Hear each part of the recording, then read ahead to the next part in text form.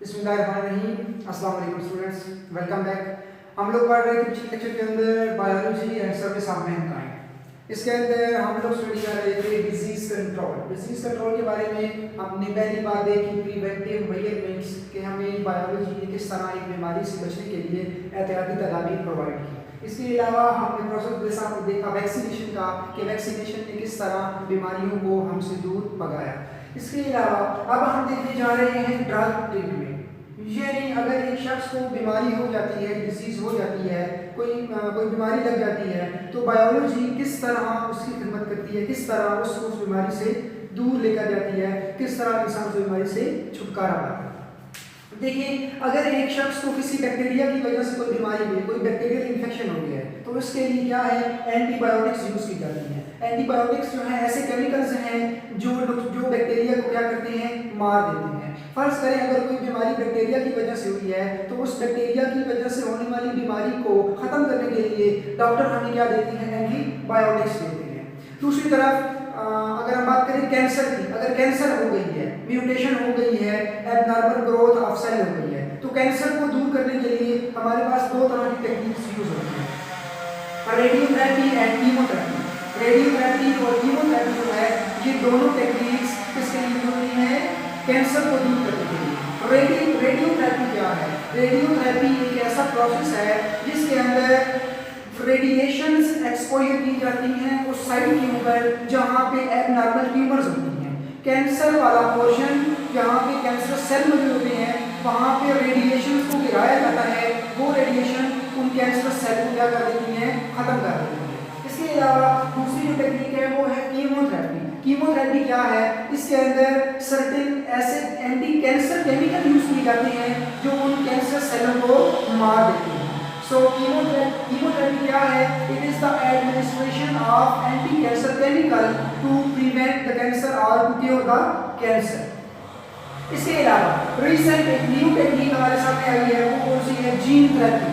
इसके अंदर क्या है, देखिए हमें पता है कोई भी अगर बीमारी हो जाती है, कोई प्रॉब्लम है इंसानी जिस्म के अंदर, तो उन जितने भी करैक्टर्स हैं उनको कौन कंट्रोल कर रहा होता है, जीन्स कंट्रोल कर रहे होते हैं। अगर एक जीन एबनॉर्मल है, एक जीन अपना फंक्शन सही परफॉर्म नहीं कर रहा, तो उसके लिए क्या किया जाता है, उस जीन को जिस्म से निकाल लिया जाता है और एक हेल्दी पर्सन से जीन लिया जाता है।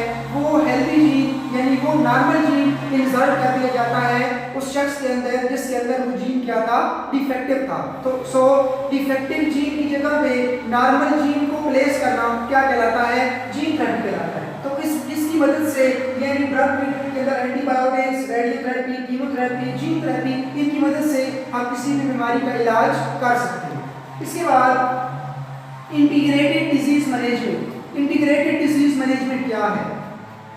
मेडिकल फील्ड के अंदर जितनी भी बीमारी को दूर करने वाले प्रोसेस हैं, जितनी भी टेक्निक्स हैं, जब उन सब टेक्निक्स को इस्तेमाल किया जाता है, उन टेक्निक को इस्तेमाल करने के साथ साथ हम क्या करते हैं, लोगों के अंदर जो अवेयरनेस है वो हम फैलाते हैं। लोगों के अंदर उस बीमारी के बारे में बताते हैं कि ये बीमारी कैसे फैलती है और इस बीमारी से कैसे बचा जा सकता है।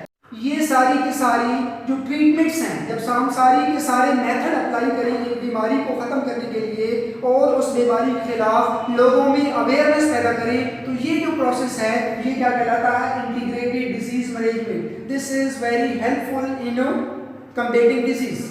इसके बाद एक और हमारे पास प्रोसेस है जिसे हम बोलते हैं क्लोनिंग। क्लोनिंग क्या है?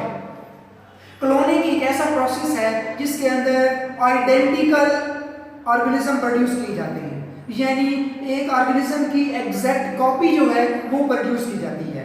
क्या कहलाता है? क्लोनिंग कहलाता है। ये क्लोनिंग का प्रोसेस कैसे होता है, हम एग्जैक्ट कॉपी ऑफ क्लोनिंग कैसे करते हैं? देखिए, हमारे पास एक फर्टिलाइज्ड एग है, यानी स्पर्म और एग से मिला हुआ एक फर्टिलाइज्ड एग है। उस फर्टिलाइज्ड एग के अंदर इसका अपना क्या है, न्यूक्लियस मौजूद है। हम क्या करने जा रहे हैं, क्लोनिंग करने जा रहे हैं। देखिए, ये फर्टिलाइज एग, इसके अंदर इसका अपना न्यूक्लियस। अब ये जो न्यूक्लियस है इसके अंदर सारे के सारे करैक्टर मौजूद हैं, पेरेंट्स के यानी फादर के और मदर के, जिनके स्पर्म्स और एग हैं उनके करैक्टर इस न्यूक्लियस के अंदर मौजूद हैं। हम क्या करते हैं, हम क्लोनिंग करना चाहते हैं एक एनिमल की। हम उस एनिमल का वो एनिमल एक वो इंडिविजुअल फुली डिवेलप है।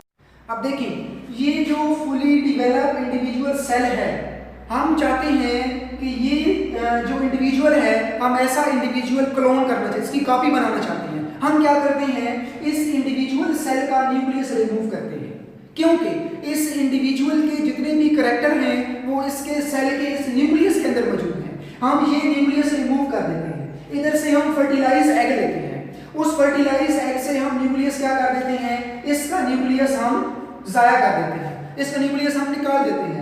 जो डिवेलप इंडिविजुअल सेल का न्यूक्लियस है, ये न्यूक्लियस हम इसके अंदर इंसर्ट कर देते हैं। अब यहाँ पे हमारे पास क्या बना, एक फर्टिलाइज एग है, उस फर्टिलाइज एग के अंदर जो न्यूक्लियस है वो डिवेलप सेल का है। अब जब ये जाइगोट को हम इम्प्लांट कर देते हैं, हम रख देते हैं वॉम के अंदर, यानी माँ के पेट के अंदर, इसको हम माँ के पेट के अंदर रख देते हैं। फिर क्या होता है, ये आर्टिफिशियल मीडिया के अंदर, लेबोरेटरी के अंदर रख देते हैं, तो क्या होता है, जब ये फर्टिलाइज एग जो है ये जब एक नया जानदार बनेगा तो इसके अंदर करैक्टर कौन से होंगे, ये किस जानदार से मुशाबे होगा, इसका अपना पेरेंट वाला जो न्यूक्लियस है वो तो निकाल दिया गया, इसके अंदर इंडिविजुअल सेल का न्यूक्लियस डाला गया।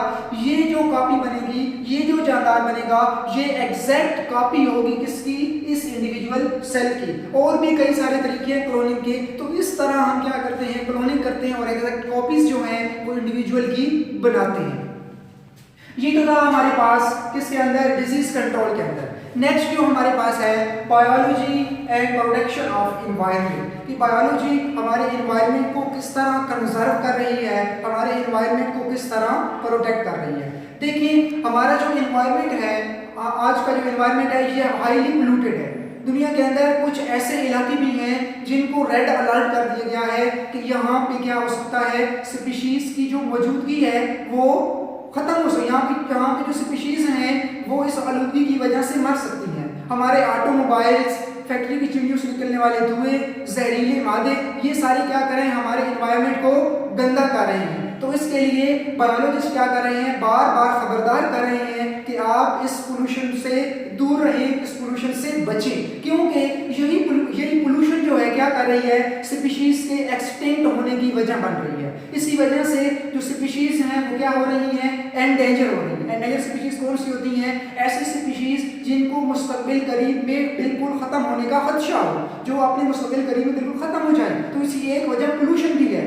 तो इन एंडेंजर स्पीशीज को कंजर्व करने के लिए बायोलॉजी क्या कर रही है, और पोल्यूशन को कम करने के लिए बायोलॉजी क्या कर रही है, इसके लिए बायोलॉजिस्ट क्या कर रहे हैं, आवाम के अंदर आगाही लेकर आ रहे हैं, आवाम के अंदर शऊर लेकर आ रहे हैं कि आप क्या करें, इस पोल्यूशन से ज़्यादा बचें और इसको फैलने से रोकें। तो इस पोल्यूशन को कैसे कम किया जा सकता है, बायोलॉजी के अंदर एक प्रोसेस है बायोरेमेडिएशन का। बायोरेमेडिएशन एक ऐसा प्रोसेस है जिसके अंदर लिविंग ऑर्गेनिज्म को यूज किया जाता है और पोल्यूशन को खत्म किया जाता है। मिसाल के तौर पर फिंजाई, सर्टेन फिंजाई की स्पीशीज ऐसी हैं जिनको हैवी मेटल की जो पोल्यूशन है उसको खत्म करने के लिए इस्तेमाल किया जाता है। वो फिंजाई क्या करती हैं, जिस जगह के ऊपर हैवी मेटल मौजूद है, फिंजाई उस हैवी मेटल्स को अपने अंदर एब्जॉर्ब कर लेती हैं, क्योंकि फिंजाई का जो मोड ऑफ न्यूट्रिशन है वो क्या है, एब्जॉर्प्टिव है। वो खुराक को जिस्म में एब्जॉर्ब करके ले जाती हैं। तो किसी इलाके के अंदर पोल्यूशन को दूर करने के लिए फंगस, यानी मैं क्या कह रहा था, फंगस या एल्गी का इस्तेमाल जो है वो हो रहा है, और ये क्या कर रही हैं, उस इलाके के अंदर मौजूद हैवी मेटल को अपने अंदर एब्जॉर्ब कर रही हैं। इसके अलावा जो एंडेंजर स्पीशीज हैं, इसके लिए हमारे पाकिस्तान के अंदर और पूरी दुनिया के अंदर वाइल्ड लाइफ का जो क्या कहते हैं इदारा है वो काम कर रहा है। वाइल्ड लाइफ जो है वो अपना काम सरंजाम दे रही है, वो स्पीशीज को मस्कन प्रोवाइड कर रही है, स्पीशीज के खात्मे को दूर करने के लिए कई तरह के इक़दाम कर रही है। स्टूडेंट्स आज के लिए इतना ही, अल्लाह हाफिज़।